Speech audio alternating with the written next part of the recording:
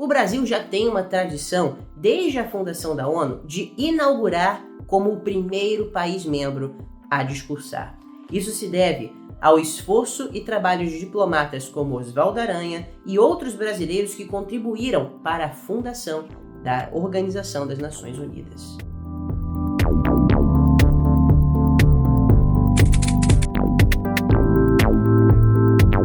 Movendo para o discurso do presidente Lula, este aparentemente não foi feito por ele. Estava muito bem arrumado e tinha tudo para ser um discurso sucinto, mas os velhos vícios de um socialista, ou melhor, de um comunista, não podem deixar calar uma boca que fala besteira. Vamos começar com a abertura do discurso do presidente, que aparentemente estava sendo num tom elogioso ou até mesmo num tom leve, mas já aproveitou para atacar o país sede e colocar a sua política ideológica adiante, acusando as tarifas de Donald Trump como sendo, em suas palavras, desordem internacional por meio de sanções. É verdade que as sanções de Donald Trump têm sido até exageradas, e não apenas o Brasil. Posso citar duas monarquias como exemplo.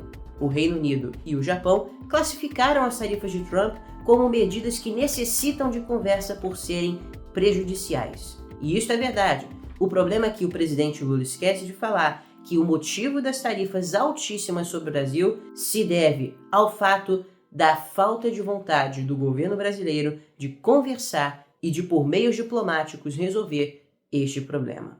O principal ponto do discurso do presidente Lula foi a acusação de golpe de Estado por parte da extrema-direita.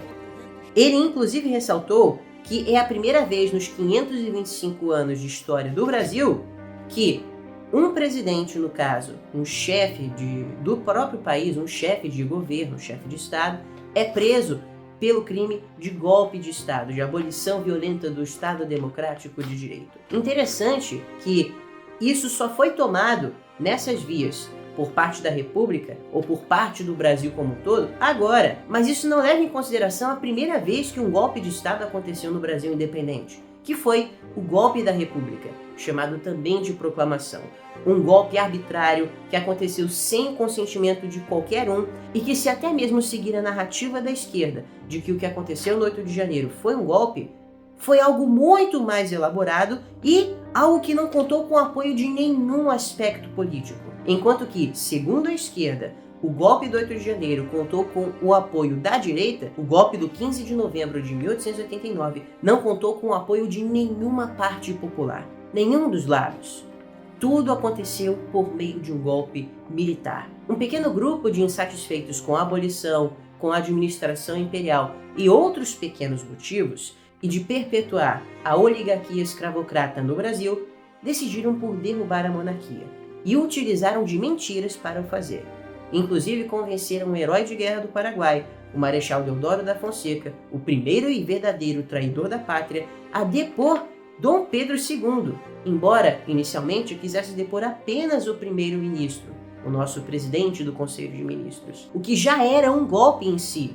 Mas ele decidiu, por meio de uma mentira, e de que um dos seus opositores seria colocado no governo, no lugar de Visconde de Ouro Preto, decidiu por derrubar todo o sistema imperial. E tudo aconteceu às pressas e sem ninguém saber, com a família imperial sendo expulsa do Brasil de madrugada para que o povo não soubesse do ocorrido. E quando todos descobriram que suas majestades haviam sido expulsas e que o Brasil já não tinha mais uma coroa em solo, deu-se por perdida a luta pela preservação do ideal monárquico brasileiro. Isso por causa de um golpe, e nenhum dos arquitetos daquele golpe foi preso ou criticado pela história. Isso sim é golpe de Estado, feito com armas, efetivo, não uma invasão de patrimônio.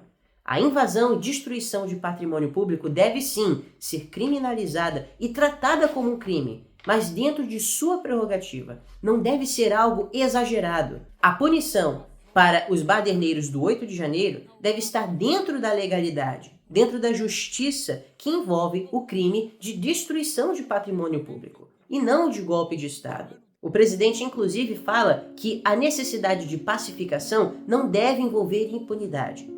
Eu concordo.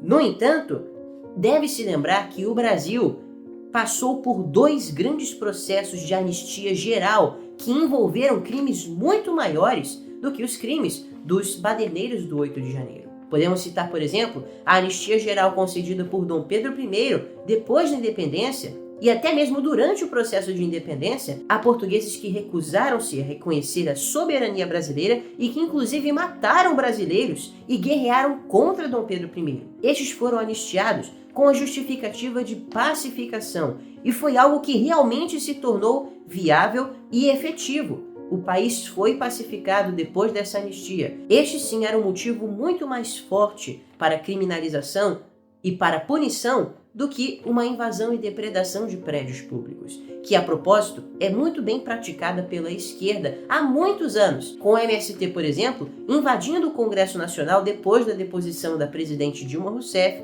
por conta dos crimes de pedalada fiscal.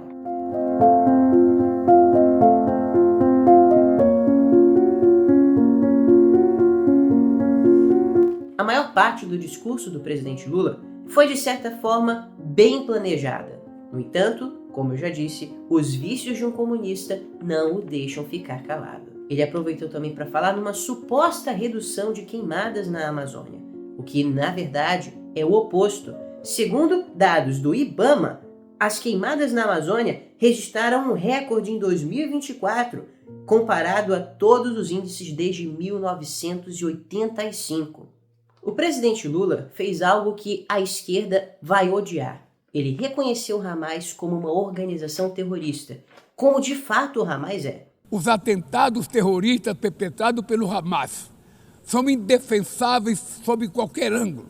Por conta principalmente dos ataques do 7 de outubro contra Israel, que resultaram na morte de 2.000 pessoas naquela ocasião e os sequestros de centenas mais e que continuam reféns até hoje. O presidente, inclusive, disse que criminalidade e terrorismo não devem ser combatidos com a mesma força.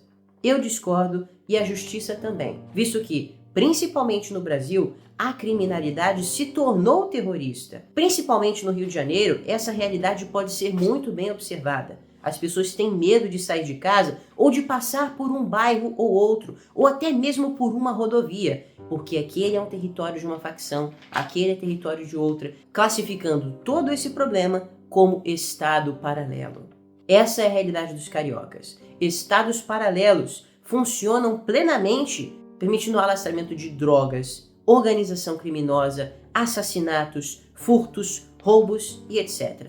Então, sim, a criminalidade deve ser tratada como terrorismo puro, visto que o terror psicológico causado à população, por exemplo, do Rio de Janeiro, e todos os danos materiais e de vida causados a pessoas e a parentes de familiares ainda vivos, por conta deste estado de exceção que passamos no Rio de Janeiro, são um reflexo de que o terrorismo e a criminalidade devem ser combatidos com a mesma força. É preocupante a equiparação entre a criminalidade e o terrorismo.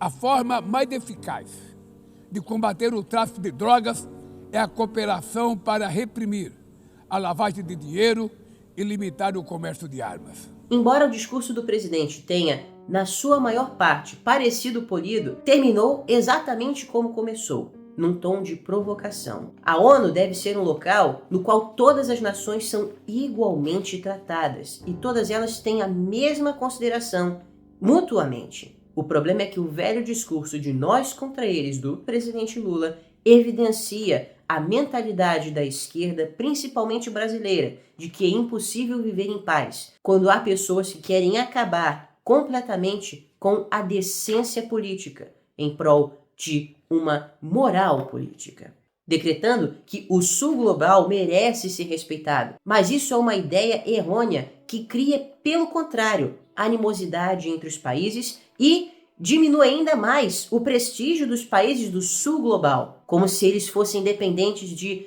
um baixar de cabeças dos europeus ou do Norte global para que pudessem assim sobressair. Se isso não se classifica como um menosprezo ao Sul global, eu não sei como classificar. Ao encerrar sua fala, o presidente Lula encontrou-se no mesmo momento com o presidente Donald Trump no corredor da ONU.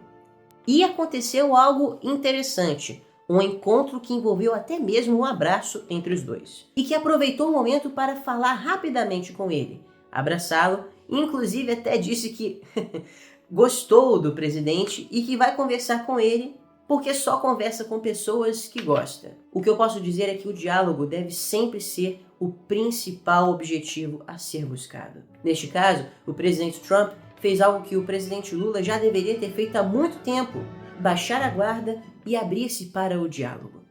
Ao invés de soltar gafes, falar besteiras e sujeitar o Brasil a um problema econômico envolvendo tarifaço e político envolvendo a quebra diplomática com os Estados Unidos da América. Na época do Império do Brasil, a Grã-Bretanha foi desafiada pelo nosso imperador justamente por conta de uma violação de nossa soberania. E no final, como nós estávamos com a moral, nós saímos vitoriosos, com a Inglaterra desculpando-se em Uruguaiana por meio de uma carta oficial da Rainha Vitória, entregue a Dom Pedro II. Vamos ver na reunião de semana que vem se o Brasil sairá como no Império ou se terá que baixar a guarda e ceder às pressões norte-americanas.